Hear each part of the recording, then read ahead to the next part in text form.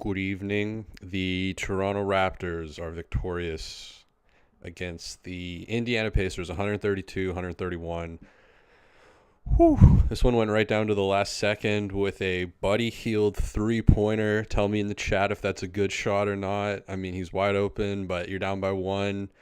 He was hitting everything. He almost it was off the backboard, it was almost like I was thinking about doing a video on Victor's shot in overtime that he missed, and it wasn't quite as brutal as that, but yeah, that was kind of a wild sequence.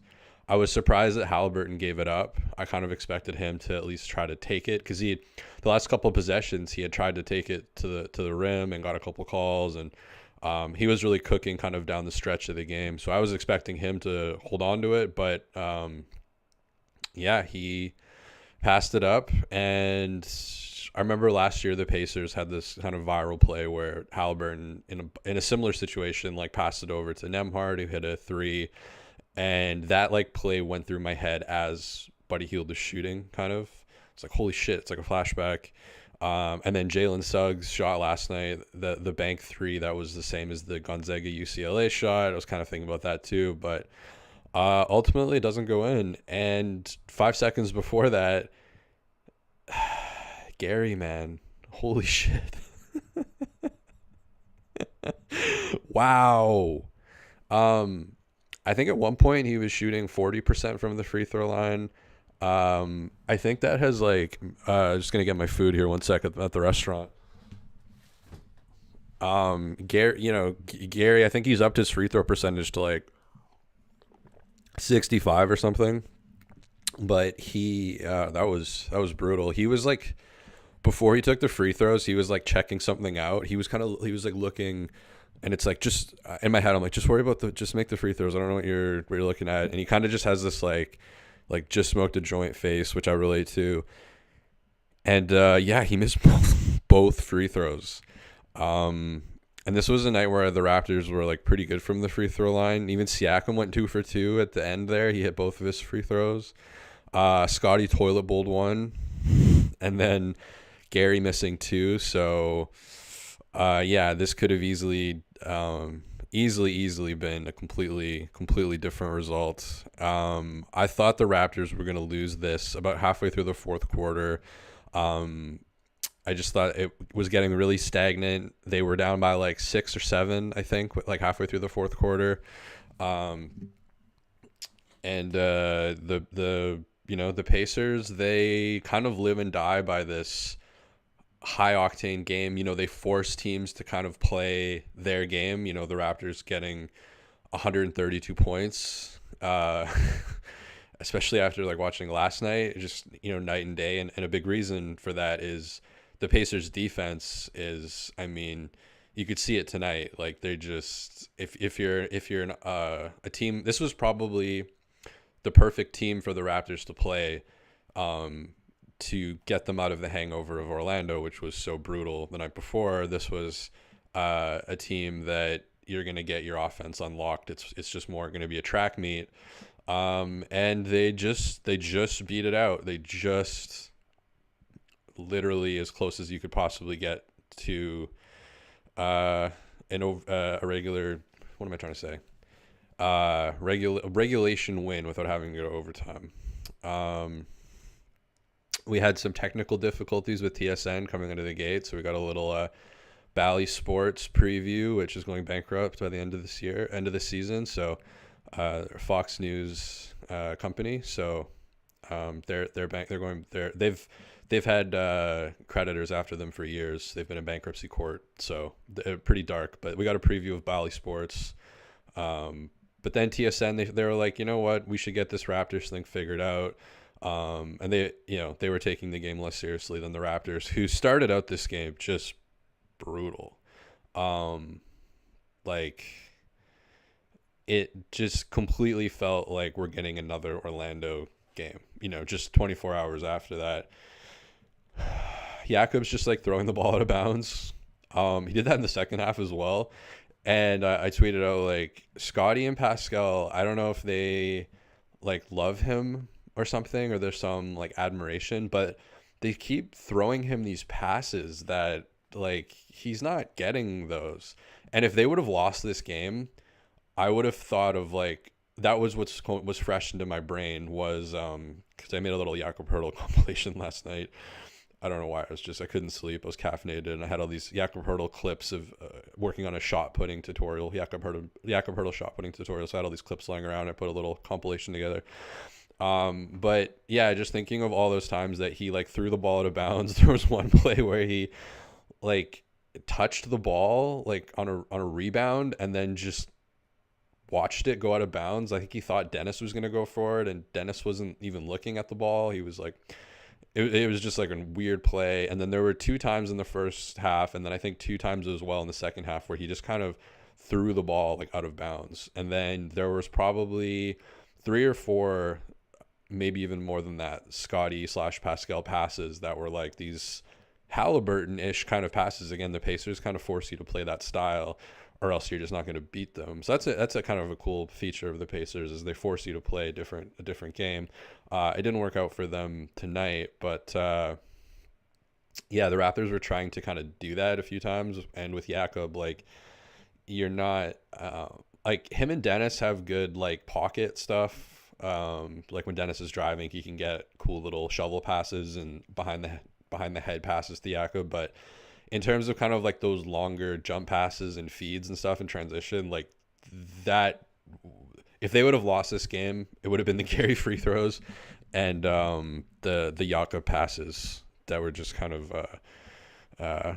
pretty haywire. I thought OG played really good defense on Halliburton, even though he had like 33 and 16 or something.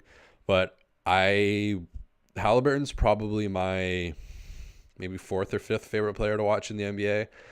And even though he had good numbers on paper tonight, like it wasn't an enjoyable Halliburton watch, in my opinion. And I think a big part of that was OG's defense. Halliburton's the exact type of player that OG can guard because, he's not like he's fast, but he's not going to kill you.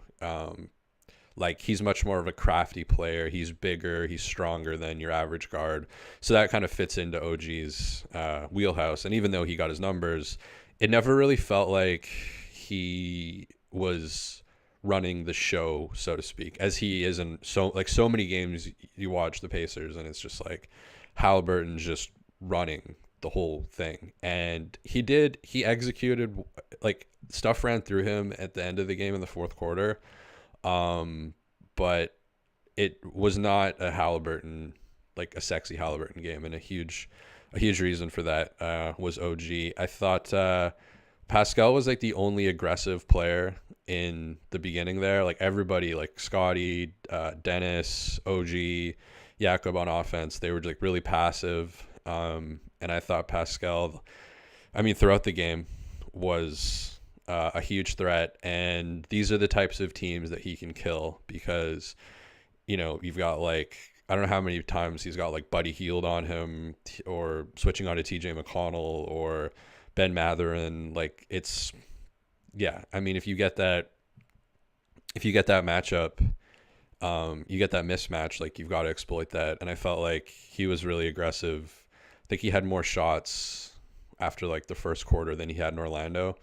And Orlando is kind of the prototypical what would give him trouble. And then you go to the Pacers who, when people talk about Siakam trades, and not to go down this road, but just to make the point, like Indiana's kind of always the place that he gets put in by people as like a good fit. And you could see why, because they can't guard him. It's kind of like how Nick is a good fit in Philly because he knew how to shut down Embiid, and now he knows how to kind of, I don't know, unlock Embiid is the right term, but like that's kind of it's like a opposites kind of thing, yin yang bullshit or whatever. But you know what I mean? Like the fact that he gets put into all these Indiana trades and people saying, oh, he'd be great in Indiana, you can see why, because they don't have the type of player that can guard him.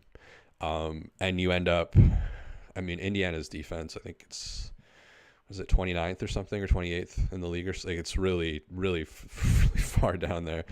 And it's just so many guards scrambling around, like just running around like crazy. It's a different, like they're playing a different sport almost than a lot of teams. Um, like it's so much. I guess chaos is the right word. I think on defense, or I think on offense, they're pretty organized. But yeah, on defense, it's just like it's chaos. They're the only. I think Jakob got caught a lot in the perimeter. There were a couple plays where he did pretty well on the perimeter, but um, I thought he got kind of stuck on an island a few times, and there's a couple times where Halliburton like didn't take him or didn't approach it as he probably should have. I think, and like wasn't able to take advantage of it. But other than that, I thought the Raptors defense was good, and then or like okay, um, definitely. I mean, miles better. Not to this is a pretty low bar, but from their miles better than their last few games. And they did go down by big digits. So like in the first quarter, they went down. I just remember it was 23-10 at one point, and you're just like, oh my god. I think they ended the quarter like 32-30 or something. But yeah, it looked like for a bit there, and it wasn't until the bench, Malachi. It was a really dark day for Seattle sports until Malachi and Flynn checked into the game. The Mariners traded Gino Suarez for basically nothing. And that, yeah, anyways, just trash front office. Anyways, 54%. So sad day for Seattle sports, but then Malachi Flynn comes in. And I think he was only like plus a couple in the game. I remember glancing at the box score. We'll look at the box score once I run out of ideas. But yeah, like there was one play that I think summed up the game for him really well where it was an offensive rebound, and he just like went in. And again, it's Indiana's defense. They've got Miles Turner, who's like Jaden Smith he like ruined OG Anunoby. There's a great picture of OG right before the block, and like even he knows it's like fuck. But other than that, like not a ton of rim protection. And so the other thing I've got written down, maybe someone in the chat has some thoughts on this. Malachi's first step, I don't know if he's getting faster bursts or if he's getting better at what do you call it? Time manipulation, I guess. Like slow, fast, change of pace is what I was going for. Wow, time manipulation. Same thing, I guess. Because we've seen him in transition or picking guys up full court. Like he is a fast runner, but it doesn't always transfer on offense. And I felt like tonight, again, Pacers defense, not that amazing, especially on the perimeter.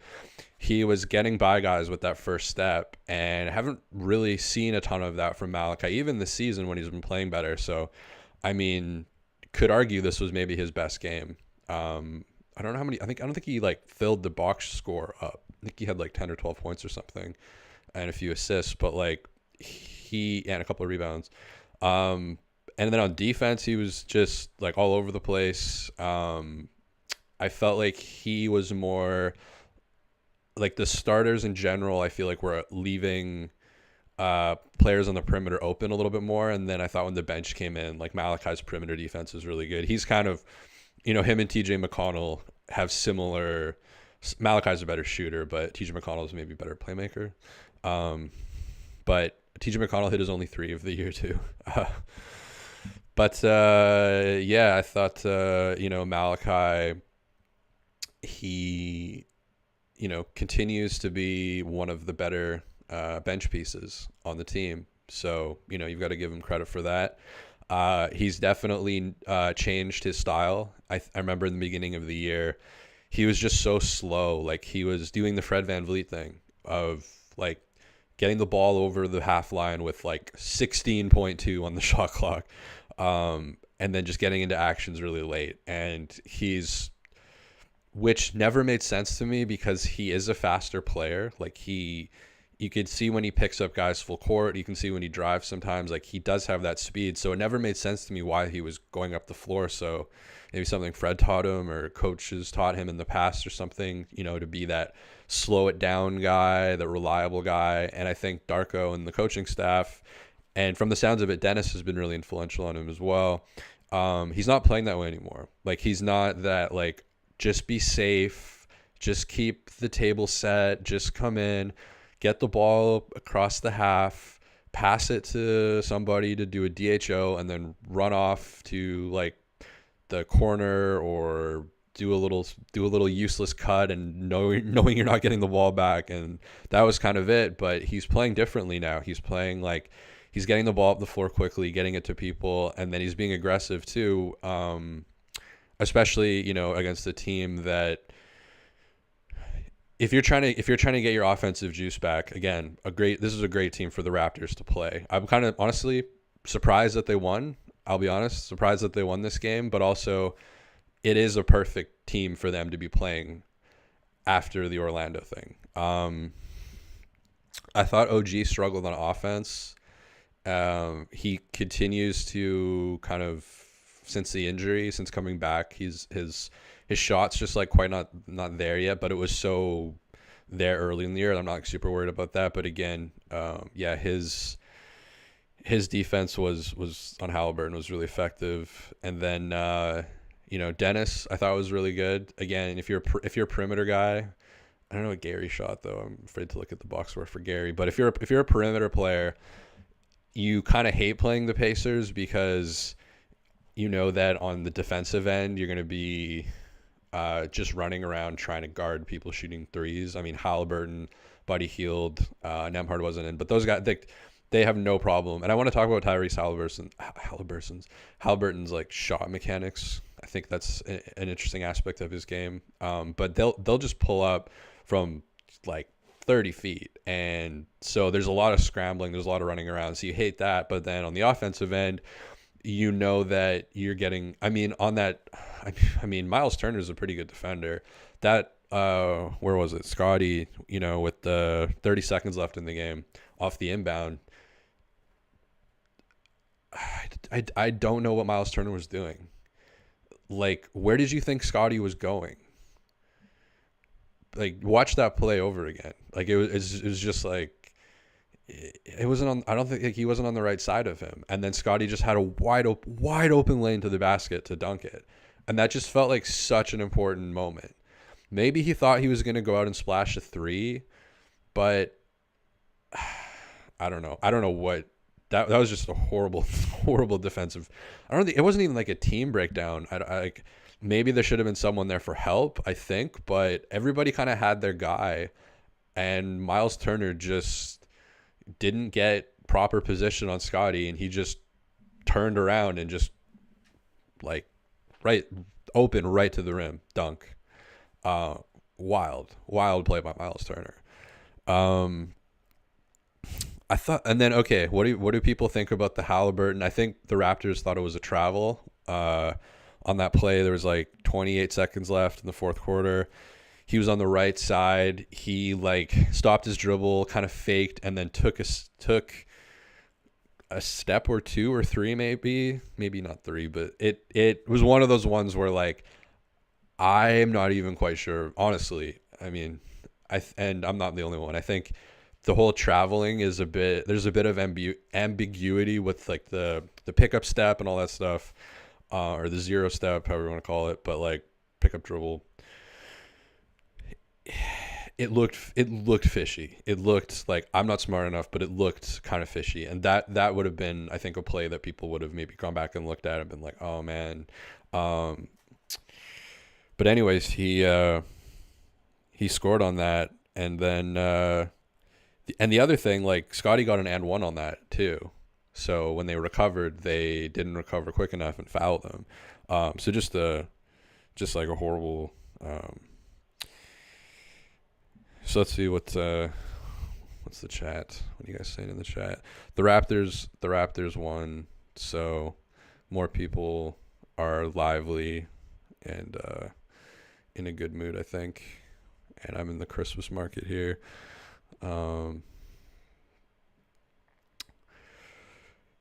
So yeah, who did you guys think was the anyway, no, so it was a dumb question. Roy says Buddy came in clutch for the Raptors. I mean, how many threes did he hit? I know what you mean, because if I'm a coach, which is a hilarious thought, I mean, I'm just looking at he went 7 for 12 from three, so he was 7 for 11 at that point. But that's not like, that's not an ideal shot at all down when you're down one. Like that's, I mean, I get it that you're in a rhythm, but even like Rick Carlisle, who, Tyrese Halliburton will post pictures of Rick Carlisle and little videos of him like in gold chains and sunglasses and stuff. But Rick Carlisle is like an old school dude who has adapted. And speaking of old school, wow, we had Greg Popovich grab the mic. That I might do a video on that. Just being like, former Raptor Kawhi Leonard. That was fucking amazing. But speaking of that old kind of head, like if you're an old school coach, like he's empowering his players. So you got to give him credit for that. But like he is Jim Carrey at the end of the day. He is like an old school guy, like in his soul, and that old school part of him is just going like, what the fuck are you doing? Taking a three from 24, 25 feet out, 26 maybe, Jordan Poole-ish area. What are you doing in that situation? Like, that's just not good game management at all. Yeah, I mean, I don't think if you're Halliburton, you give it up at that point. And then I also don't think I don't know. Yeah, that was a guarantee. I'd be interested how he handles that as a coach. Like, do you sit down with him and be like, the Patrick Ewing gif of like, do you practice that shot? Like, I mean, obviously he does practice that shot. I mean, I think he's like he is one of the best 3-point shooters in the NBA, but I mean, that's a tough one. It's a tough one. I don't think they had a timeout either, so they didn't get the ball up, which that's a coaching. George says that was a terrible shot. Adam says it's a good shot for no timeout. I mean, that's kind of the counterpoint, is they didn't have a timeout, but I don't know. You still ideally want to get something going towards the rim. He was open though. Sorry, I'm going to butcher your name. Gurpatop, man.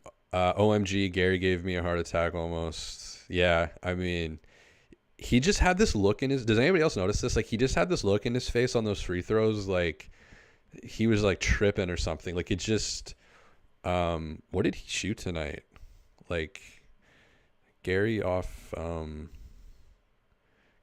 bench this season has been definitely up and down. I mean, he was 2 for 4 from three, only 2 for 5 from the field in 25 minutes, so didn't take a ton of shots. So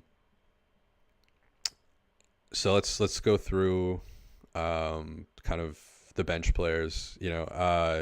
Otto Porter, I didn't really notice a ton from him. He only played 11 minutes.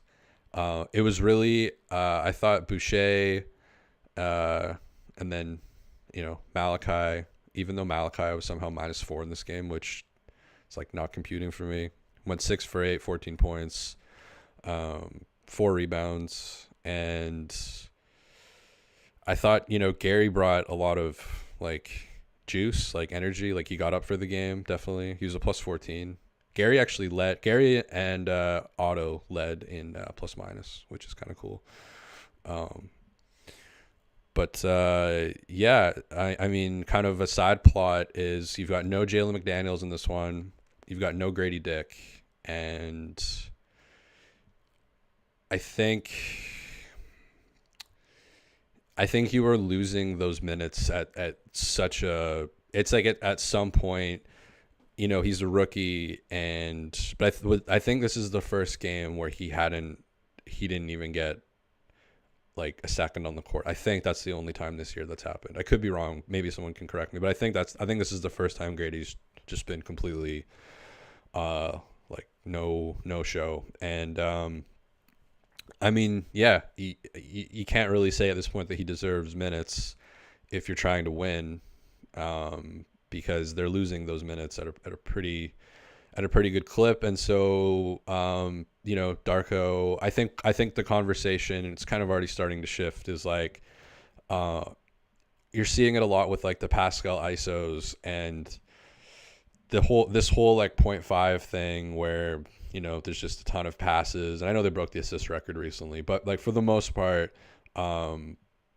he came into the year, Darko, saying he wants to play 10 guys, but it's kind of been more like 8 and like really like 7 a lot of times. So he's relying on his starters more, and I think that's just a reality check for him. Like he probably came into the season thinking he could play 10 guys and do this style of offense. But just the reality is the personnel is not there to make it happen. So I think you have to give credit to him for like adapting and not being, I mean, who knows what he's trying to call. Maybe the players are going, fuck you, we're going to run it this way. And he's really pissed. I mean, who knows? I mean, honestly, nobody knows.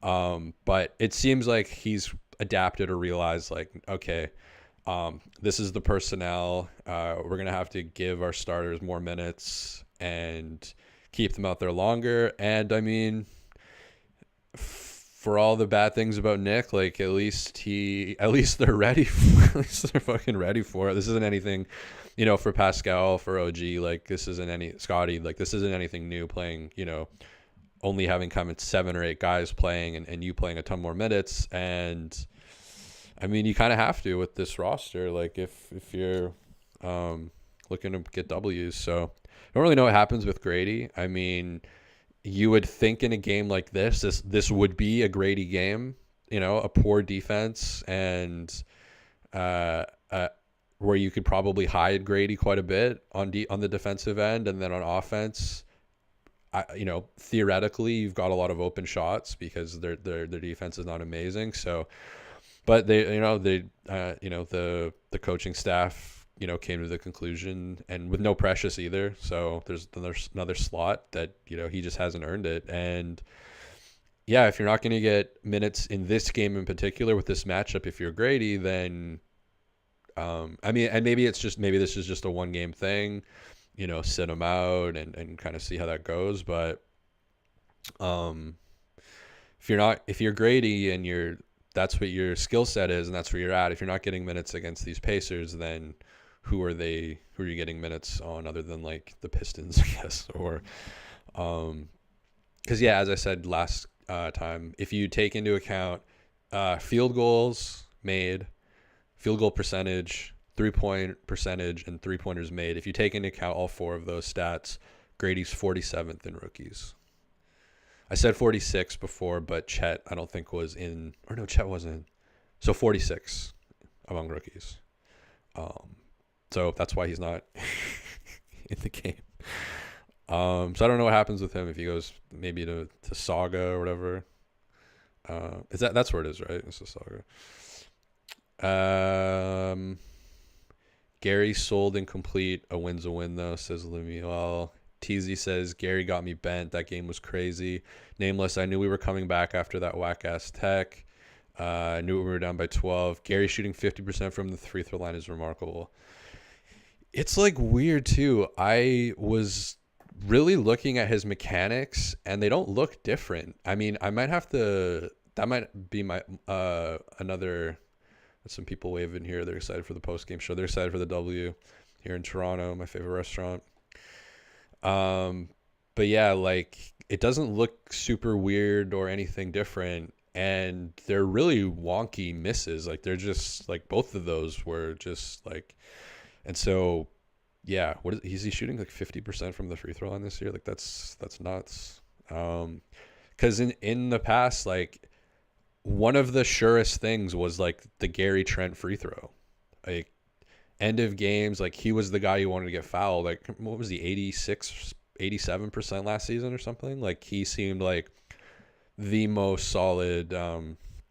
So yeah, for Pascal, who's just like 1 for 2 almost, just so many times goes 1 for 2. He actually goes 2 for 2, and then Gary of all people, and then the Scotty toilet bowl one was tough. I think the spin on some of his free throws are a bit sideways sometimes, but we'll figure it out. But yeah, Gary shooting 50% from the free throw line is crazy. George Eckmeyer says, so glad we shot the ball well from the line today. Softest call in OG that was going to get overturned. We shot 25 from 30 from the line, including Gary Trent. So So they were what, 20, I can't do math, 25 for 28 before the Gary free throws. Wow. Um man, that was tough. Hermes Currybro says Gary hitting the Canadian marijuana too much. I mean, I guess it affects everybody differently. It makes me shoot a lot better, but maybe if you're an NBA player and not me, then it would hurt. But yeah, he was in Indiana though. I think they have the death penalty for weed in Indiana. Uh, wonder if I could meet a white person if I went to Indiana. If I asked around if I could locate a white dude or a white chick to hang out with in Indiana. Wonder if that could be arranged for me. Just like every shot of the stadium is just like, whoa. Very Rick Carlisle. Specifically the top of Rick Carlisle's head. If you did like a sky view of the stadium, it's like, yeah, we're in Indiana, but they have a cool stadium. It's like it's a stadium specifically built for basketball, and it kind of like looks down on the thing or whatever. So let's make fun of some people. No, I'm just kidding. Jordan, is it Nwara? Jordan Nwara? Have you guys noticed that hairstyle is really not happening anymore? I remember in 2018, I think like the entire Duke team had it. It's when the sideburns are like completely shaved and then it kind of like puffs out and then you've got the goatee. Like that was the fucking look. And now it feels like a relic from the past. Like it really stands out. And it was almost just like traveling back to 2018 for a brief moment, like with that whole like setup. So I thought that was interesting. Love Jalen Smith's goggles, just using the actual goggles. I love it. Similar to, who else uses the goggles? There's a picture of Koloko with the goggles. Still don't know what's up with Koloko. No Precious in this game, which, how do I say this? There were, saw some people online and maybe in the TSN pregame show being like, oh man, this is the game that you want Precious Achiuwa. Like this is the game that you would, and I'm just kind of like, okay. Yeah, maybe he needs to watch a game of basketball.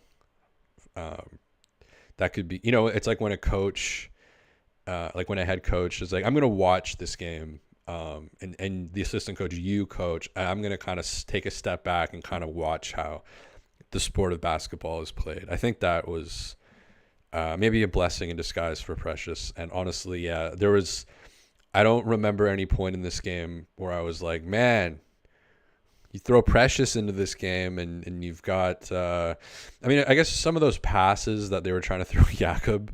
Again, it's got to be a love thing from Scotty and Pascal. They must see him in a different light because they're throwing him these passes that he's not he's not getting those passes. Like he's not catching that. It's just it's just absolutely not happening. Oh my God, could you imagine Tyrese Halliburton and Jakob Hurtle on the same team?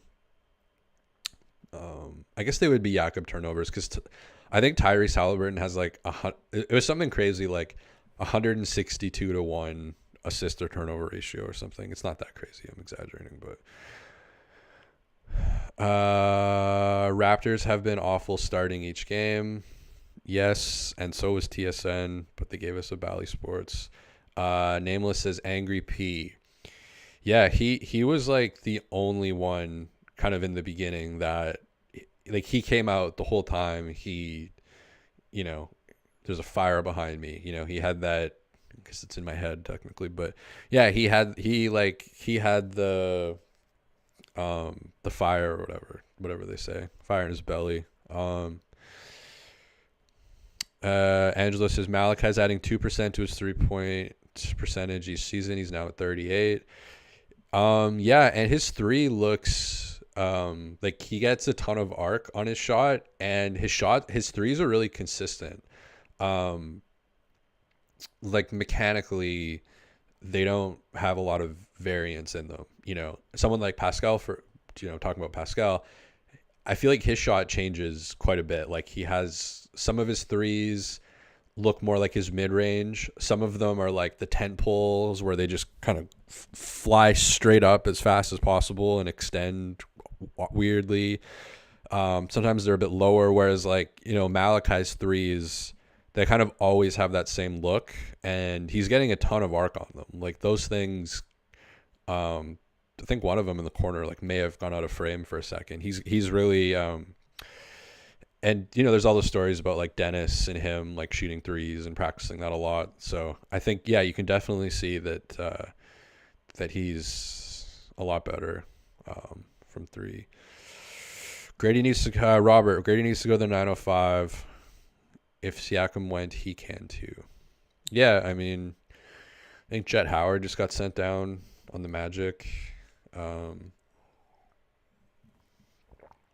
Yeah, it's not that uncommon, and it's like if you're giving him 10, 12 minutes a game on the Raptors, then it makes sense to keep him on the Raptors because like NBA exposure is going to be more valuable to his development than the G League. But if he can't get into a game during the Indiana Pacers, kind of an ideal matchup hypothetically, then and I think they're like not that it was based on this, but I think the 905 are like 0-7 or something. So they need to let me onto the team.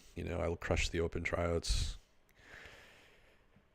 Nameless. How many times did Turner foul us?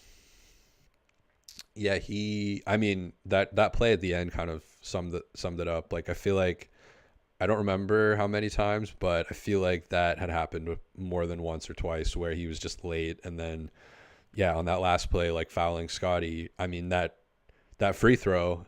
If Miles Turner would have, hey, here's a clickbait thing. If Miles Turner would have just gone, oh fuck, I missed the assignment. Not saying this is the right thing to do, but oh fuck, I missed the assignment. He got a dunk instead of fouling Scotty. It would have been a tie game. So, I mean, Buddy Hield probably would have taken the same shot, but it would have gone to overtime because of that free throw.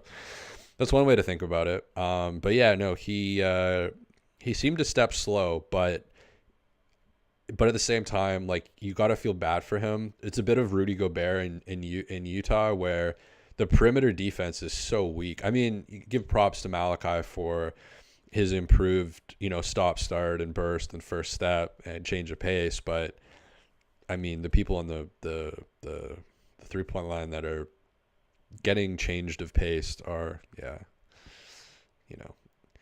maybe not representative of the average NBA defender. I counted 2 goaltenders. Goaltends. Props to Flim. Aiden says it was almost Raptors Bulls part 2. Not quite, but some of those free throws were tough. Banger of a game. Sad Gary missed those 2, says Magnetic Quality. Angelo Halliburton assisted the hell out of the ball. Yeah, again, he's like my 4th or 5th favorite player to watch. You talk about like unselfishness or whatever. He's kind of the maxim for that. Malachi seems like he's mimicking Dennis a lot. Yeah, there was that clip of Pat Delaney talking about on Raptors Tonight the other night where he called the Jakob an offensive lineman, which it was meant to be like a compliment, but I'm just kind of thinking because he was like, yeah, Jakobs are offensive linemen. He just like gets in the way of everybody else so people can get shots. It's like cool. We traded they traded a first round pick for an offensive lineman. That's great. But he also said that Malachi, I think Dennis is kind of like a big brother to Malachi. It sounds like so. Dennis has stayed in the league for 10 years now, I guess, maybe even more than that, 11, I think, maybe something around there, 10 or ish, I don't know, but he's been in the league for a while. So as a smaller, point guard guy, kind of like Malachi. So that's a good, resource. And with Dennis, like, the whole leadership question, like you've got, if you've played on sports teams, even at like the community level, if you've got vets or just like, or coaches or players or whatever, like it always feels like more when it's coming from a player who's like impacting the game. So if you're Malachi and you've got Dennis as your mentor, say, as opposed to like, no disrespect, but like to Thad or something who's like not in the games themselves, I think it just hits a little bit harder when that person is like a huge part of the offense, that they're the one that's kind of showing you stuff, because they're also getting front line, Thad and Garrett and stuff. Like, it's great, but they're watching these games, whereas Dennis is actually playing against these players, so he can. It's more impactful when you kind of have that firsthand recollection of whatever I'm trying to say. The fact that Malachi is better than Gary this year is wild, says OJ3. Yeah, I mean, he is. It would be it would honestly be difficult to make an argument that Gary has been better than Malachi. I mean, I don't know. I can't think of a single stat. Yeah, Gary's regression has been kind of wild. That's not really talked about enough. Let's talk about that a little bit. Like tonight, 2 for 4 from 3, 2 for 5 from the field, 25 minutes.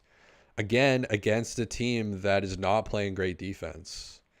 And just in general this year, like, it's weird too, because his mechanics don't look like, when Pascal starts missing, like, I notice weird things in his mechanics. When OG starts missing, I notice weird things in his mechanics. Like, OG, I've talked about this with the wrist going to the side, Pascal with the overextend, like the kind of violent extension. But with Gary, like, it doesn't look different. Like, I'm not seeing anything mechanically that looks different. But when you're shooting 50% from the free throw line, I think from 3, he's like at his normal-ish 36 or whatever, but way lower attempts. Like, I think last season he averaged like 7 threes a game. I think now this year it's like 3 or 4. Like tonight he shot 4 threes. That seems about normal what he shoots. So his attempts are way down.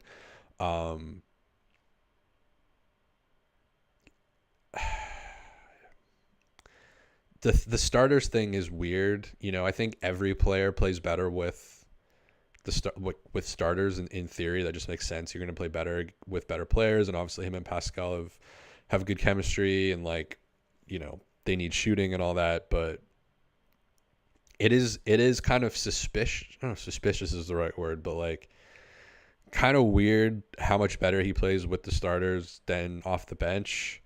And you do kind of have to question, like, is there some I don't know, like, mental aspect is what I'm going for, but like, it's like, you're never going to find this out, but like, is it an ego thing?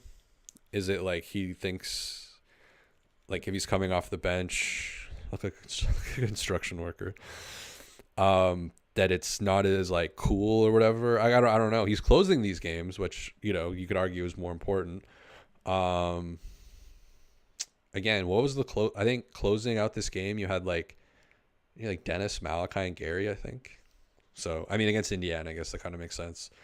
Yeah, Darko's been going to a lot of these like not triple, but like, double center, double point guard. Like, he's not at all, afraid to mix it up. That would be really annoying if the Raptors had like, I was just looking through some old Pacers stuff before the game, like Nate Bjorkgren, if anybody remembers, was the head coach of the Indiana Pacers for a year, that was one thing I like had on my list of things to do a deeper dive on, because it kind of is fascinating, because it was just such a disaster. It kind of felt like a Rick Pitino thing a little bit, but Darko is not one of those coaches. He's, you could say, similar to Nick in that way, where it's whatever lineup. I mean, you look at like Atlanta, they're moving on from Nate McMillan, Seattle Supersonic legend Nate McMillan, who, by the way, played with like the craziest defensive, illegal defenses, and George Karl like was like the original kind of Nick Nurse, and then Nate McMillan comes in and he's just like this most boring ass like old school coach, with these kind of hockey kind of set lineups like Doc Rivers-ish. Whereas like Darko's not at all like that. Like, he'll put 2 point guards and 2 centers out. It's like whatever. So, as a sports fan, I do think that's a more enjoyable viewing experience, So um, you got to give Darko credit for that. Hermes Currybro says Siakam in his last 8 games is up to 24, 8, and 5 on 56% field goal percent. Yeah, he's like, a lot of these are against poorer teams, but I feel like there's been enough games that you kind of stack up, where it's a strength of yours. I think if you're Siakam, like it's a strength if a lot of teams are not really, built that well to guard you. And this is definitely one of them. And I think in those games he has exploited it. It's just, you just hope for more of the lows not to be so low, and him to be like in the Orlando game, just kind of a non-factor. He hasn't had a lot of, like he seems to just like take over and just be, and then other games, I think he only had like 10 shot attempts against Orlando. So I think, but it's a new system. It's a new coach. I know people, it takes a while for this stuff to kind of coalesce a lot of the times. But, I mean, yeah, if you're in therapy, maybe you can relate, like finding balance in certain things in life are harder than other things. So, confidence was high with Flynn. Flynn looks quicker. I wish Pirtle played with more force for being a big man with crazy eyes. He's a timid MF. Yeah. He has this like, him and OG are like similar kind of with how they move. Like it's just very like they don't want to break something. Which for Jakob is worse because he's like 7. He's like a monster. And he just has this very like, I don't want to break anything. I don't want to step on anything. I don't want to like knock anybody over.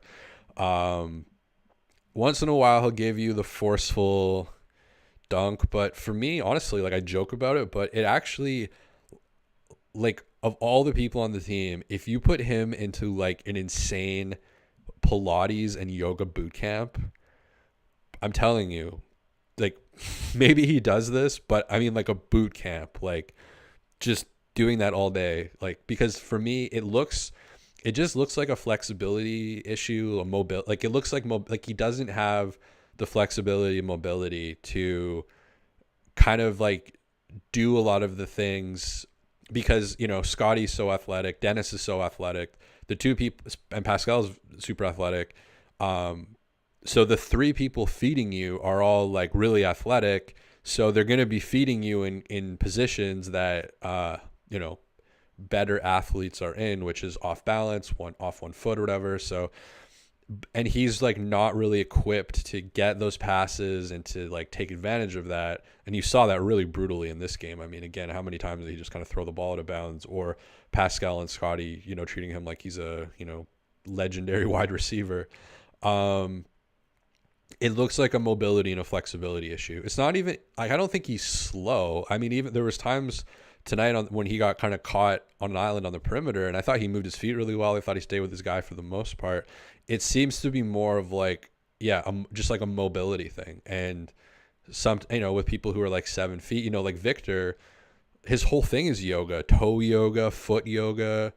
Like it will change the way you move. And I think that all jokes aside, like he would benefit a shitload from just like boot camp, like just work on flexibility. Because when he shoots, he's stiff too. Like I put a maybe kind of a mean compilation on Twitter, but like on his push shots, like they're not. I'm trying to think of like the absolute opposite would be like D'Angelo Russell. Not saying that if you're an NBA player, you should set your sights on D'Angelo Russell as your North Star. But I'm just saying in terms of like touch, in terms of that kind of softness, he's really kind of the anti that. It's just like these push shots, they're just very like shot putty, which I know a push shot is. But like you think of the Kem Birch push shot. I mean, I think they should bring Kem Birch back just to teach push shots. They're just so much softer. There's just like you want as much favor as possible from the backboard or the rim. So arc is a good thing in, push shots. I mean, there's outliers. Kawhi is a kind of a constant, just like line driver, but for the most part, a lot of these push shots, they just don't have that like that kind of softness to them. And I think the way he moves reminds me of that. Like it's an extension of his lack of mobility. So yeah, he needs get him in a fucking reformer and a Cadillac and all that Pilates bullshit. Some gymnastics rings. Hermes Curry, bro. Okay, thank you for bringing this up. This is what I want to talk about. Halliburton is all wrist when he shoots. Okay, this is. I asked Kalen Cooper about this via somebody and on a podcast because Nemhard shoots that way too. So they talked about it in the 3-point. It was like Reggie Miller who had a really weird shot. Who else was commentating on because in the 3-point competition, Halliburton didn't win, but I don't think he won, but he had like one round where he was just like crazy, like hitting everything. And they were saying how his like lack of mechanics, like the lack of, like you said, he's all wrist, that lack in mechanics, people like Sam Vecini will say, oh yeah, like, it's too weird for me. I can't even fathom it. So whatever, go 12th. I'm not even going to take you in like the first round because it's too low for me.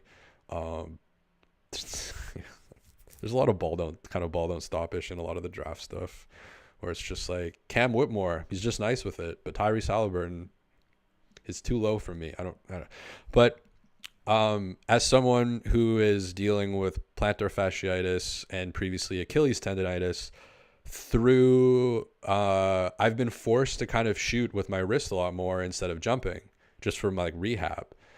And I've realized that it might not look sexy, but it's efficient. And it takes mechanics out of your shot. So it simplifies your shot, and it really works for him. And he can, if you really get your wrist under the ball, like, and you want to have your hands relaxed, but if your wrist is like really like active,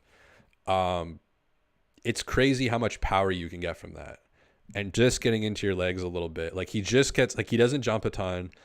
And so it looks weird, but like, I totally get it. And even someone like Steph Curry, like, it's different. Obviously Steph has a prettier jump shot, but it's a low release. It's a lot of wrist and it's not a huge jump.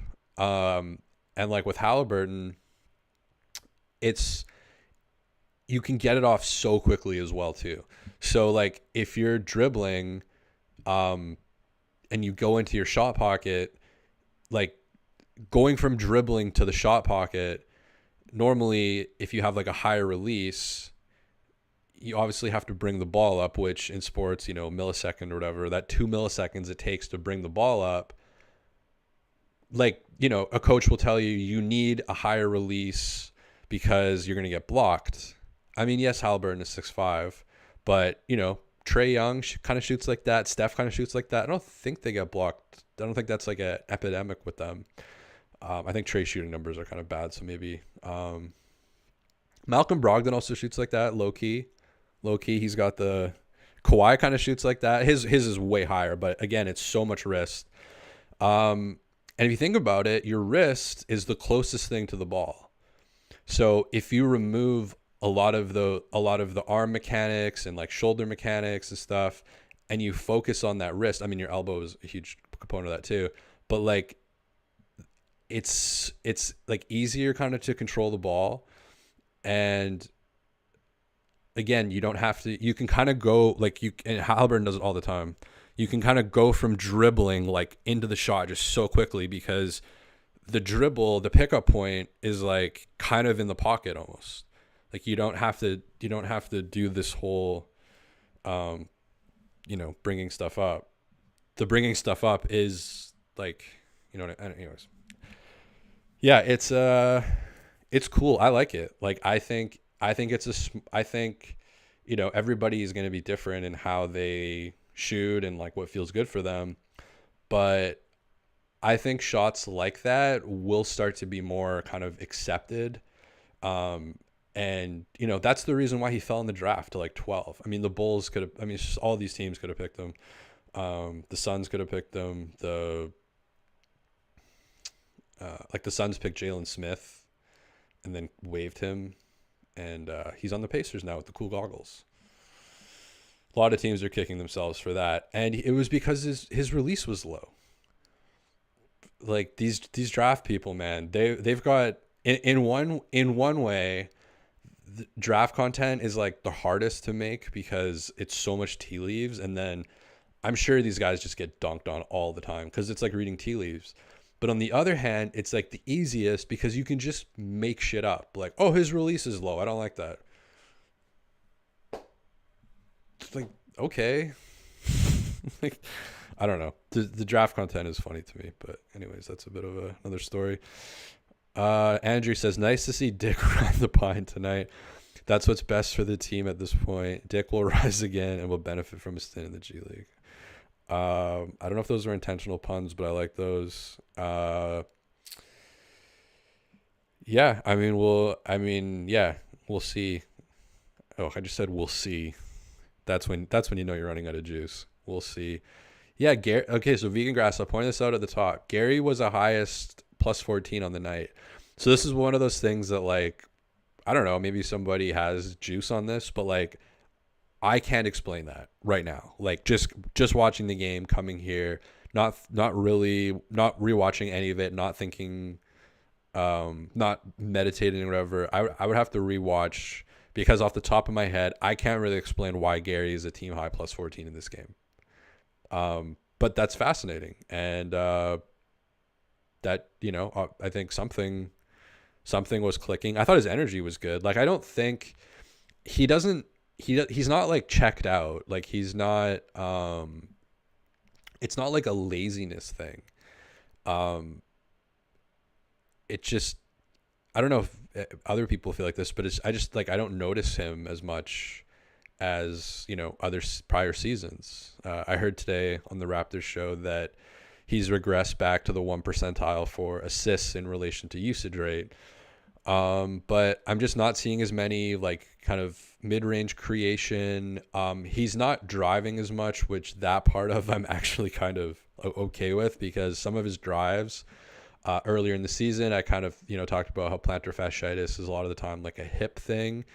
And his like, he turns his hips really weird on drives where it's like he's like he turns sideways and he like barrels into the drive, and those have been kind of ugly. I've thought about making some scripted out some tutorials like how to shot put a free throw like Jakob Hurtle, how to yeet a three like Kyle Lowry. Somebody requested, how to do a transition dive finish by Gary Trent Jr. And like I would have to find like a dock and run off like a wooden dock and jump into water or something with like a med ball, do that as the workout, biomechanics. But yeah, you just don't notice him as much as like an offensive threat. Again, he's only taking feels like 4 threes a game, and it was like 7 or 8 last year. So just not. I don't know if he's not getting the ball as much. I don't know what his touches are at, but his shots are way down. But he's also not really like at all. I don't mean not really, but like not really at all playmaking. I think he had a couple turnovers today trying to make passes. So yeah, I mean, if you would have like right after that game ended, if you would have told me, if you would have put like a gun to my head and been like, tell me why Gary Trent Jr. led the Raptors in plus minus, I'd be like, I'm not gonna lie, I did not pick up on why, but that's something you get on a rewatch. Scotty hit his head on the backboard. That's not good. He was complaining to the refs a lot tonight. He's been kind of doing that lately. Sometimes he'll kind of get taken out of the play, but he'll kind of do it as he gets back.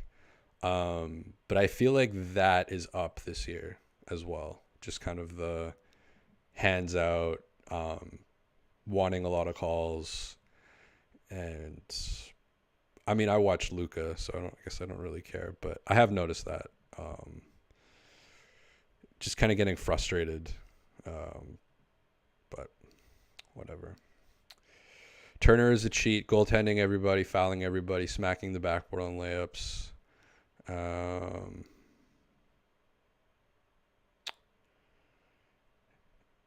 Chris Willis, well done, sir. 59, 55. 55-minute React pod. Oh, we're going to go longer. And one day your dream of a 3-hour React podcast will come true, one step at a time. No, 3 hours is 3 hours is too long.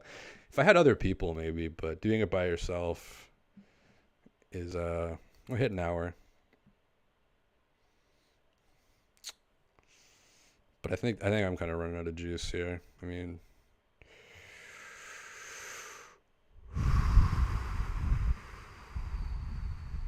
just looking at the box score, if anything stands out, not really. I mean, the whole Pacers bench. Okay, here's something interesting. Every Pacer starter was a plus, and every Pacer bench was a minus. So +5, +8, plus. Don't want to read all those out, but yeah, that's definitely a thing. Whereas the Raptors was a bit more. Oh wow! So everybody on the Raptors was a minus except Chris, Otto, and Gary. What? I mean, plus minus is like you take away a single game plus minus can be weird with lineups. You take it with a grain of salt, but it is also like a relatively important stat, to look at, and that is really weird. The only pluses are Gary, Otto, and Boucher. And Otto is a +14 and Gary was a +14. How is Malachi -4? That's weird. There's some weird stats in this one now that I'm looking at it. But yeah, nobody off the Pacers bench really gave you a ton. I mean, like off the bench, they only took 2, 3, 4, 5 threes off the bench. And Halliburton and Hield took 22. So I guess that's kind of how it should be. Matherin, I didn't even notice him tonight. Apologies to any Ben Matherin family members or whatever. Respect to his family. I didn't even notice him in this game. 2 for 7, 0 for 1 from 3, -10, 5 points in 24 minutes. And he's like their big kind of bench weapon. So yeah, their bench was not like they need Jeremy Lamb back. Their bench was not hitting. And I mean, their bench kind of stinks. Like now that I'm looking at, other than Matherin, I mean, they've got TJ McConnell, Nwara, and Jalen Smith. And then DNPs were Shepard, whoever that is, Jackson, whoever that is, and Jarris Walker, who they just drafted 6th or 7th. So not a lot of depth. And I think if you take Halliburton off this team, it would just be like, I don't know, a 11 seed or something. Like he's really the straw that stirs the drink on this thing. Like when he comes out of the game, and TJ McConnell seems to always get up for Raptor games. Hit his like only 3 of the season.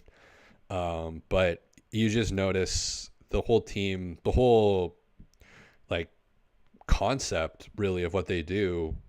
I mean, and Nemhard wasn't there, so I'm sure he's can fill in a lot of those gaps. But yeah, without Halliburton, like he really kind of makes the whole thing go. And he put up not great, but like good numbers, pretty good numbers, but just never really felt like he took over. 12 for 22, 5 for 10 from 3, 16 assists, which is pretty crazy. But it's just, yeah, I mean, at the end of the fourth, he was kind of like in control, but he just never really kind of took over the like energy of the game in ways that he's done so many times that I've watched them. That's like why he's so much fun to watch, and why the Pacers are so much fun to watch. So yeah, I think that's going to kind of end it. The Tony Wonder Award, give it to Malachi. I wonder if Malachi will get the chain tonight. Does anybody know who got the chain? I could totally see Malachi, because the chain, I think people know this by now, but the chain is not like the MVP. It's MVP in relation to their baseline, like who outperforms expectations, that's actually, I think, a better way to do it, because if it was for the MVP, like Scotty and Pascal would get it like I don't know. It would just kind of be whatever. So I think it's cool that they give it to the person who's like outperformed. Because I remember when Boucher got it a few games ago, people were like, "What the hell?" And then once it was because I was kind of like, "What the hell?" And then once it was explained, I was like, "Oh, that's actually better. That makes sense." So I could. Does anybody know who got the chain? I can see Malachi getting the chain.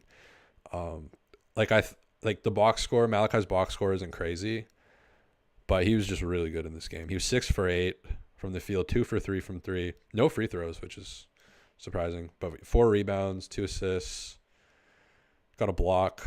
I don't know how he was -4. I felt like when he was in the game, it was juicier, but the plus minuses in this game, I'm like, is this the right game? Yeah. Pacers, Raptors, 132, 131, November 22nd. The plus minuses in this game are weird. Like really fucking weird. Because there wasn't any garbage time minutes either. Which garbage time can always make things like funky, but like, how was Otto plus 14? I mean, this is a great game to rewatch anyways, so I'll probably rewatch it. I don't know, I was going to lie and say maybe tonight. I'm too tired, but tomorrow I'll rewatch it. When's the next game?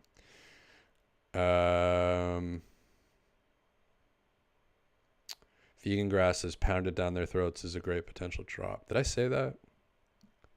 I didn't mean to say that. Chris Willis, you can grind out another 2 hours on this game. I don't think so. 3 hours is easy. It's a mental block. He just needs to push through. I did have a coffee at, it's 8:13 Western time, so it's almost bedtime for me. But I did have a coffee at like 5, so kind of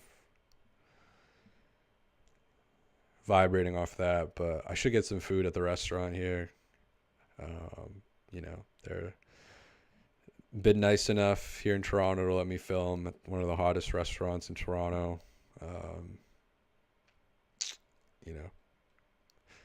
Hang out with smoke weed with the dish pit guys after. I used to work. Do you guys want to hear any restaurant? I used to work in restaurants. You guys want some restaurant stories? I've worked back of house, front of house, BOH and FOH. Never expedited, but I've never hosted. I've never expedited. I've never served, but I have bussed. I have food ran. I have oyster shuckered. I have cooked, and I have washed dishes. Holy fuck! I've had a lot of restaurant jobs. I've had like 27 different jobs. Like I don't think I'm even exaggerating. The oyster shucker is probably the most stories. That was wild, man. I could make a movie about becoming an oyster shucker. It's like it really is like an art. And the thing about oysters is people don't order one. They order 12, 24.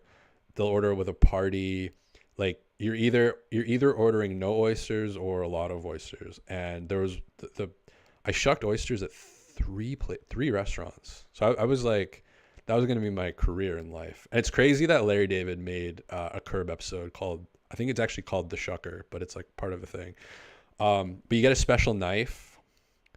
And the knife is like not like you could cut it. You could cut your finger on it, but 9 times out of 10, if got any oyster shuckers with me here, 9 times out of 10, you're cutting your hand on the fucking oyster. Like that's happening 90% of the time. And fuck, it was so crazy. Like just one example. There was one. Yeah, anybody, basketball talk is over. This restaurant is like the reason I can't listen to the Duran Duran song Rio, because this song would just play like it was an 80s type of, like they knew their personnel. It was mostly people rich, super rich people like in their 40s, maybe 50s. So a lot of like 80s music. And Rio by Duran Duran. When I hear those, oh my God, I'm starting to hear it in my head now. Fuck. But there was one night, and I can't remember how many oysters were ordered at once, but it was like 96 because they're in batches of 12. And we would have these huge parties. Gangs would come in, like actual gangs. And every Friday, Saturday night, like the anti-gang police or whatever they're called, task force, would come in, and we would like know immediately. They would come in and they would just like haul out, and they would pay, like the servers knew who the gang members were and would like make them pay like up front because they knew that they would get hauled off in any moment.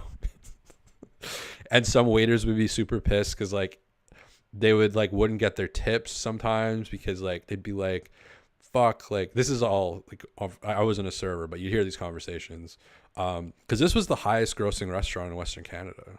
Like this was like a place, man.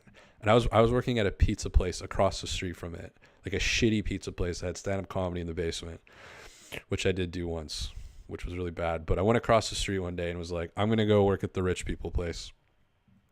But we got this order in of 96 oysters, and like Rio by Duran Duran is playing probably, and I just don't have any oysters.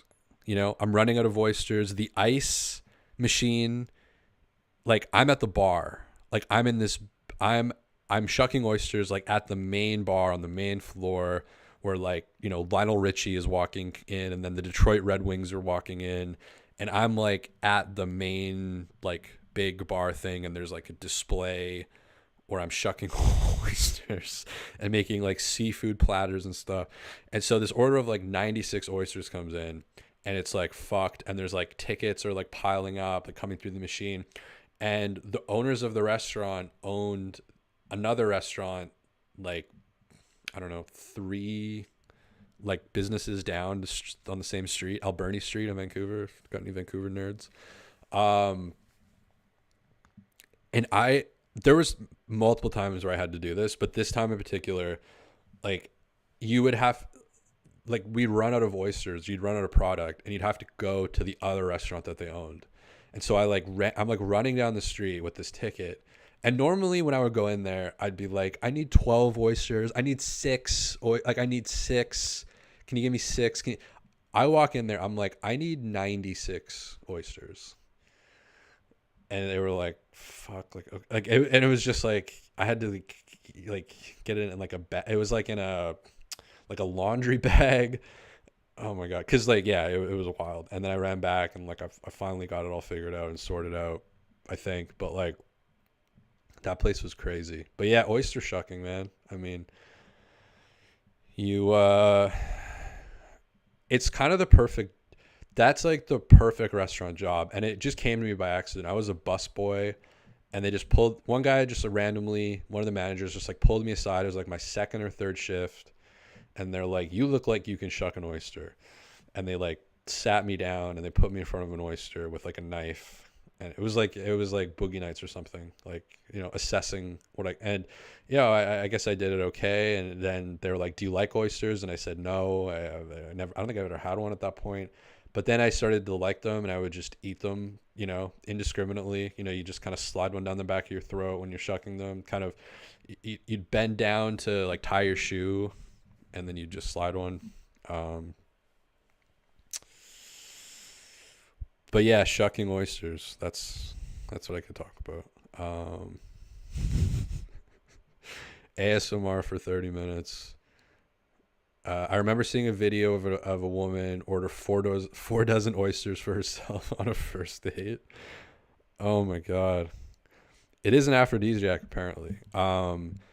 That's the other thing. I saw so many first dates. If you can get a job or you get to witness first dates, that's like an added benefit, because I was at the bar, like right at the bar. And that's like why it was a great job, because you're kind of working on your own. Like you're not doing anything like with like the bartenders. Like you're kind of there for like show. It looks cool. All the ice is there, so you may as well be there, kind of thing. But you're more like, because there's bar backs, you're kind of, you look like you're a bar back. I had a bow tie. But you kind of blend in, and you can just overhear all these people's first dates. Customers and guests aren't approaching you. Like they're never approaching you. They're never asking you for shit because you're clearly not a bartender. All your tickets are just coming through the machine, and there's like, you're not in the hot ass kitchen where it's like fuming. You're in the front of house like tip system, which is typically more, you know, unfortunately that's kind of how it works. And people are never like asking you for shit. Like people are never like you're the oyster person. Like anything that's not oyster related, it's whatever. Whereas like the bartenders are getting asked about the wine and the drinks and the ice and the lemons and the fuck, like just like endless amounts of shit you have to deal with. Um, but when you're the oyster person, you're kind of on an island, like no pun, no pun intended, with the oysters. You know, you got to know how to store them. That's important. Um, the sauces, I guess you're kind of making that like your horseradish. Got to get your lemons ready. Probably like a balsamic thing. And what's the other one? What's the other one? The other common one that you get, I can't remember. But yeah, if you're looking for a restaurant job, try to get in as an oyster shucker. Dishwasher is the worst. The I work. Do you guys have Old Spaghetti Factory in Ontario? I worked at the Old Spaghetti Factory, and I wore like loafers on my first day in the dish pit. Just fucking idiot. I was like 17 or something, and like we were in like shin. Like if you wear like soccer shin guards, it would be up to there in water. Like the machine just leaked. The back would like flood. There would, oh my god, that place was just like, I haven't eaten there since. I don't think. I just, oh my god, I can't even talking about it. It's just like, oh. And then I think I only worked there for like a summer pretty much. And then every other restaurant job I had, whether it was in the kitchen or I didn't work much in the kitchen, a little bit, but like in front of house, kitchen, oyster shucker, food prep, whatever. You just like, you really feel for the dish pit because like you know what, like you're just treated like shit. Like you just are. Like the kitchen, maybe not every restaurant's like that, but for the most part, the kitchen is just like throwing, like, because you got to wash all their pans and like all of their containers and lids and spatulas, and they're all full of grease and sauces and shit, and they just like throw it all there. And then you've got like waitresses and waiters and hostesses coming, like, we need more forks, like where are the spoons? And then you're like covered in like food. And the Old Spaghetti Factory, every guest would get like 7 dishes because you get like the ice cream, you get soup, you get pasta, you get salad, you get bread, you get fucking, and then the bread has like 3 different butters. And so you're washing all that shit. That was, oh my god. And I had one of those bosses that like, if you can lean, you can clean type of people. And ironically, the place was a fucking disgusting.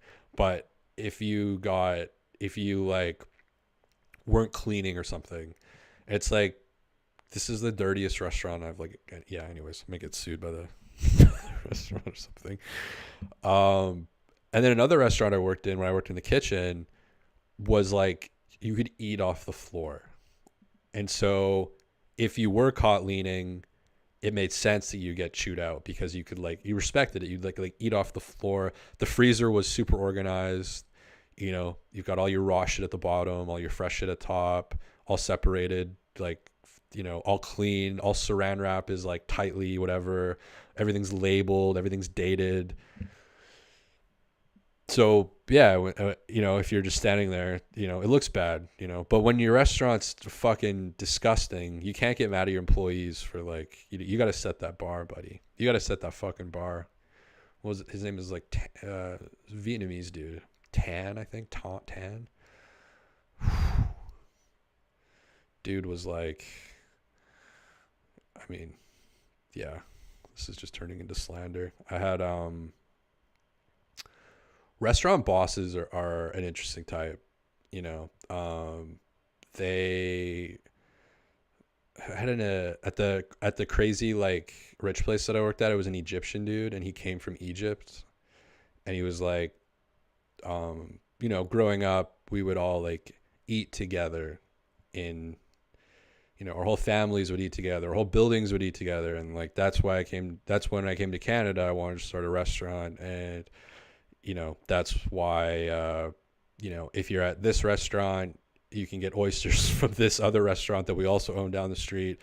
And you can order off different menus in different restaurants. And I want to bring that approach. And then I've had like super like mafia-ish, like Irish guy.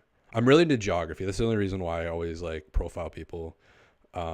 super into geography. I always want to know, like, that was my major in university, dropped out, but always been obsessed with geography. And like, I always like to kind of, maybe it's me putting stuff in a box, but I like to organize stuff a little bit.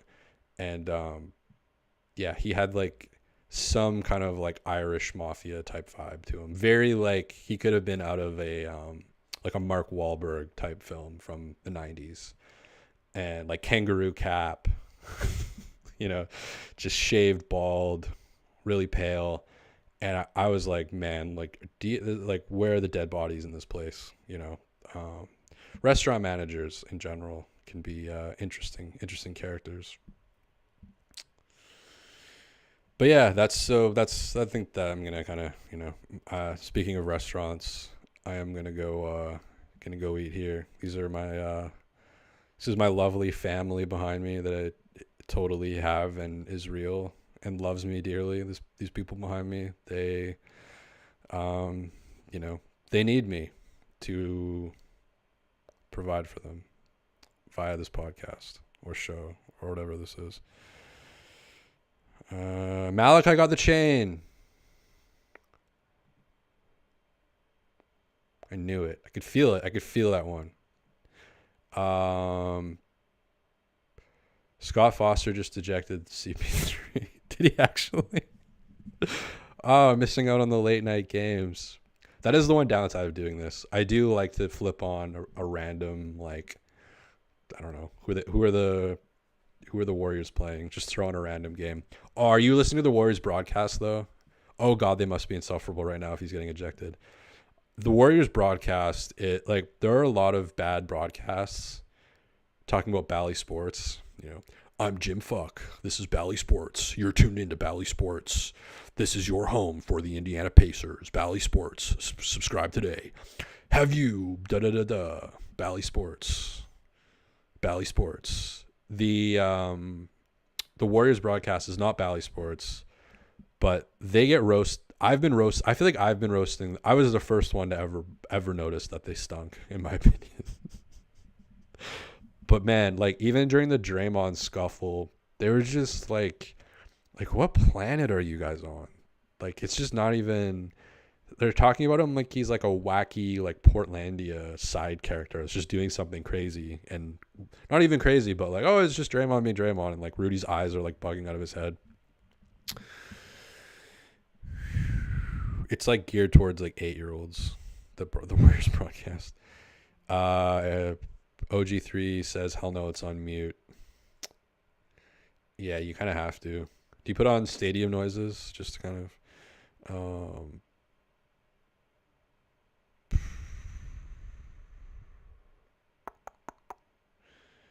You got oyster scouted.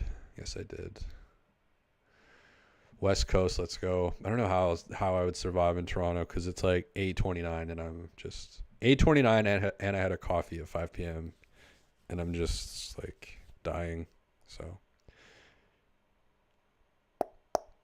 yeah, I don't think we're gonna make it to 2 hours.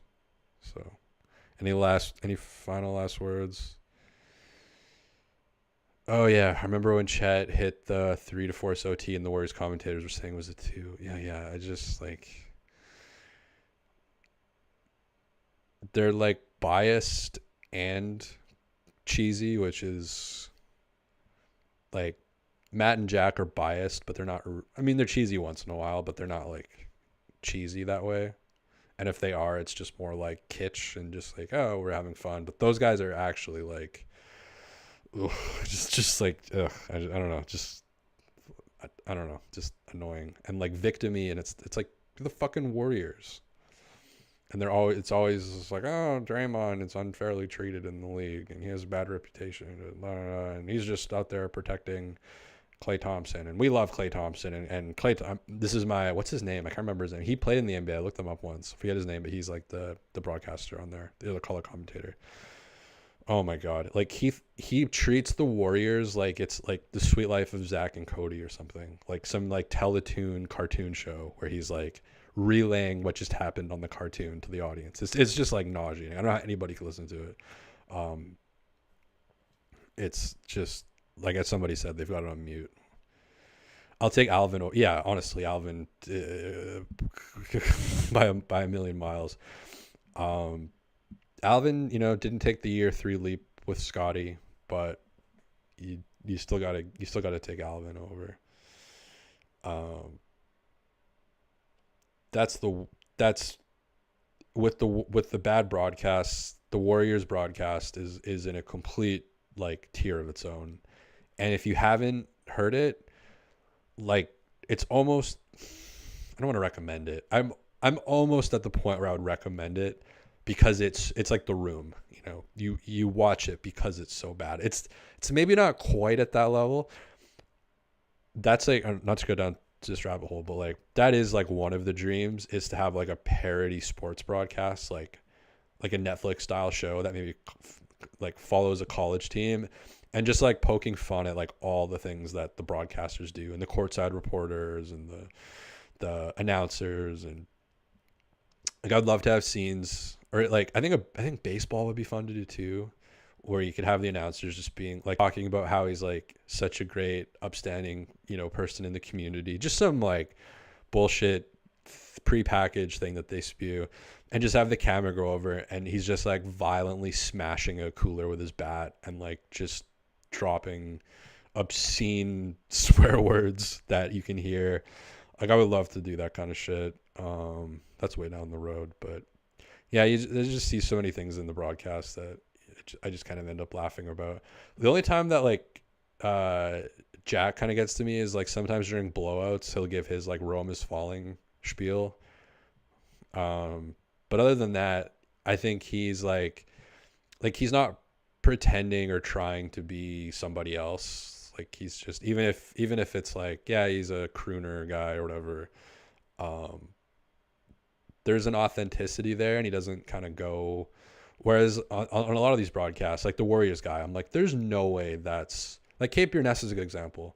There's no way Kate Burness talks like that at a dinner party. And I've seen videos of her on YouTube, like non-media-ish, and she drops that whole like announcer. She does the Bally sports voice. Like I'm just gonna call it that. It's the Bally. It's the, hey everybody, welcome to Bally Sports. This is your home for sports. Why are people still talking like this? Bring back free Laura Dykin. I don't know what her like full time role is at TSN, but I thought she was good. Um,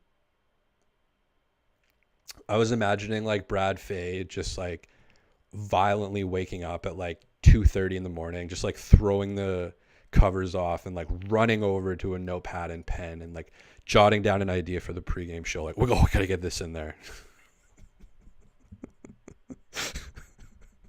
This is a good one. We gotta get that in the show. His wife's just like, what are you doing? And he's just like, nah, it's just for the fucking show. Like he's just so bought into the fucking just to the show. Like it's all about the show. Yeah. What do you guys think of the pregame shows? I think there needs to be, I've said this before, but there needs to be a pregame show for people who are online. And I don't like the background music that plays during the highlights. Okay. Are we going to make it to 2 hours? Oh no, hour 20. I thought maybe it was like hour 40. Hour 20. I can't do another 38 minutes. Vegan Grass says, you say Alvin's name and it messes up your words. He has a hold on you. No, it's true. Honestly, someone track this second spectrum synergy data on games that Alvin commentates right afterwards when I come on here. I do find myself being like, Baba Black Sheep, Baba Sponge Radius, Spookabagooblaboo, Pinstripe, blah, blah, blah, blah, blah. Like, it's just like, whoa. Yeah. But okay, she's had a few drinks. He's got a guy with a cowboy hat here. What's he doing? Is he gonna, are they, okay, this is interesting. This is more interesting than anything I'm talking about.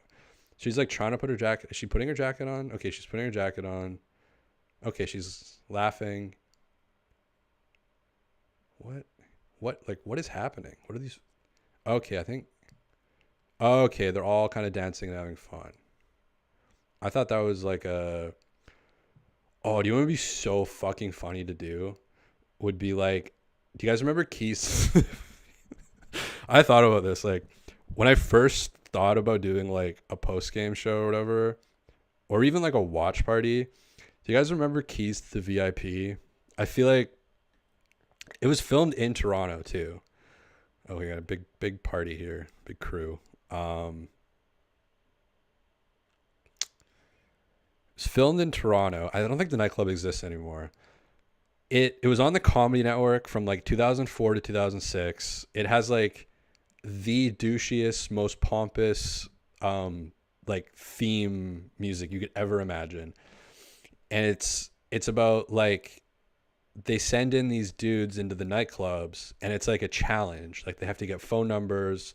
They have to like and the camera like follows them around the club, and then there's like four pickup artist dudes like in a control room, and they're commentating and they'll freeze frame stuff.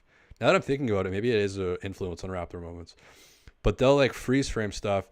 And the thing that's weird about the show is, though, I feel like in the first season, it was more about making fun of the guys. Like they would have these just like typical guy who's like 22, 24, lives at home, has like a hot tub, like his parents have a hot tub, and he's just like, and they send in a mix. Like the best part is the intros, because the contestants, and they have to have like a mixtape basically of like their highlights and like what they're all about, and it'll show them at their parents' house, like yo, like this is my hot tub, and this is like Toronto people. And I feel like in the first year it became more of like a joke on the contestants, and then later years it became more of like less comedy and more, oh no, this is how you actually like execute the number, which is like boring as shit. But when it was about the comedy, because they started picking guys who were like more normal as well, but the good episodes are just like 27 years old, living at home. I deliver pizzas, but I'm like Carmine Gotti, like I like Jersey Shore type stuff, but I live at home.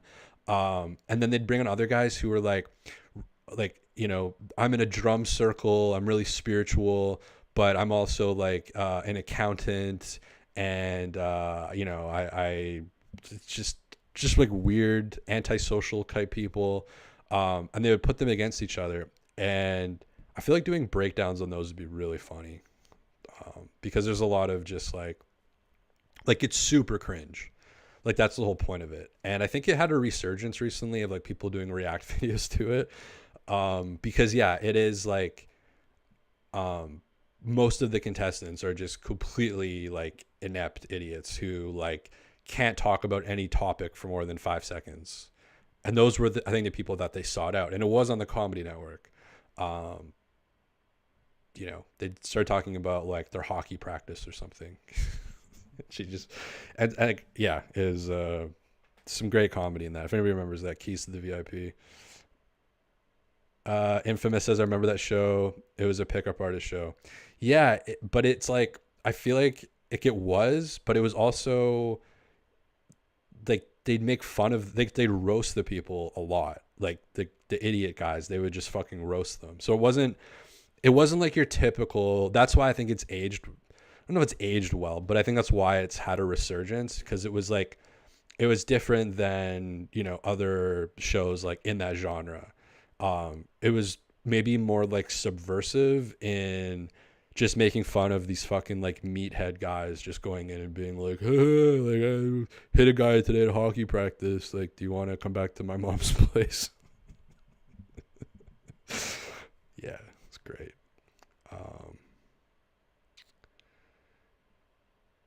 Pre-game interview with Scotty was good. Will didn't know what to do with his hands, says Vegan Grass. Is this like the Blake Murphy? So yeah, I've talked about this on a couple of things, but yeah, Blake Murphy, like whenever he's doing the Bet River segments, his like hands guess you guys can't see my hands holding a microphone, but that's the thing. Like I've heard about that from a few different people, where like that's the most awkward thing about being on TV is like they don't know what to do with their hands, because you're not doing anything when you're on TV. Like I get to hold a microphone.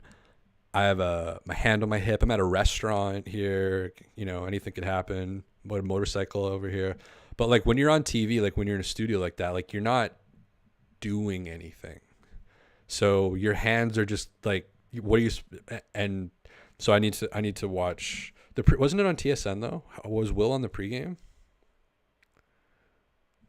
Um, I saw Will on the pregame yesterday doing the Bet River segment, but was he on the pregame for this one? I need to see that with the hands.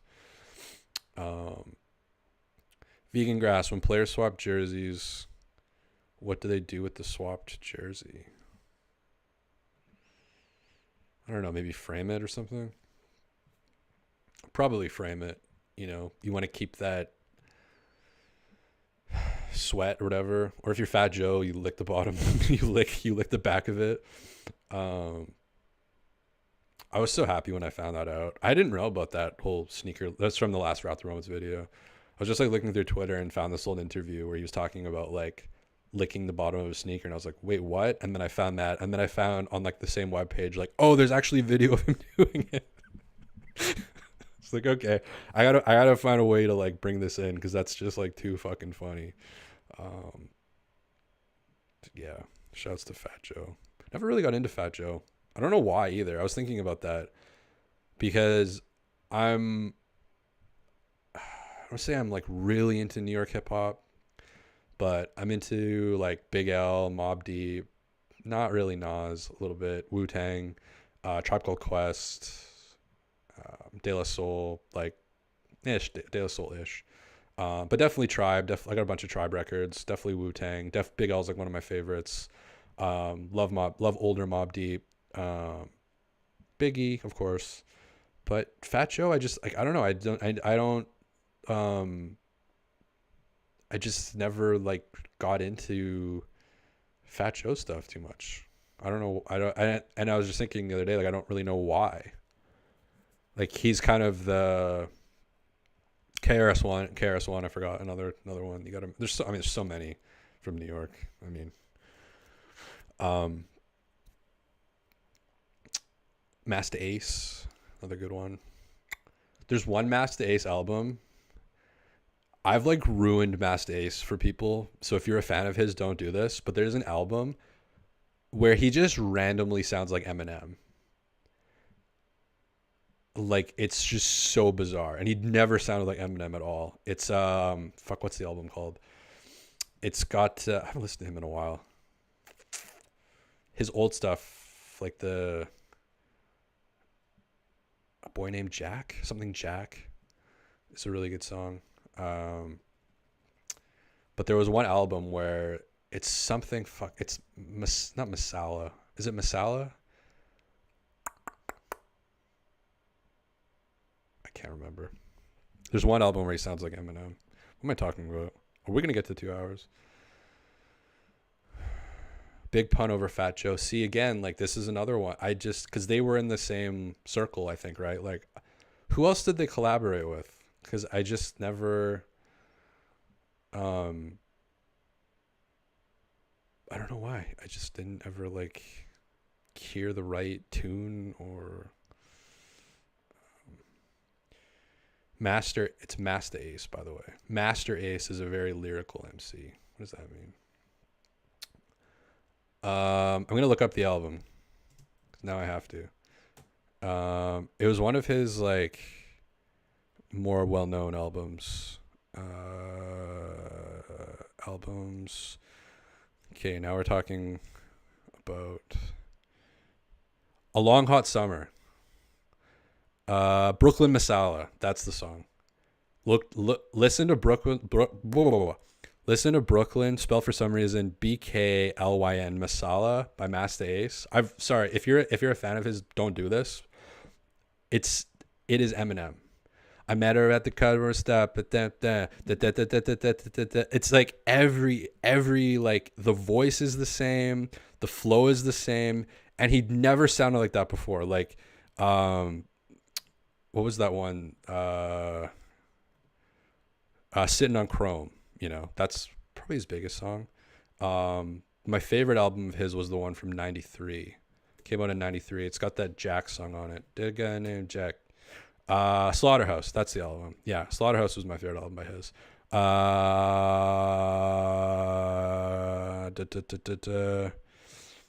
Who You Jackin' and Rolling with Them Data and Jack Be Nimble. Fuck, that's a stacked album.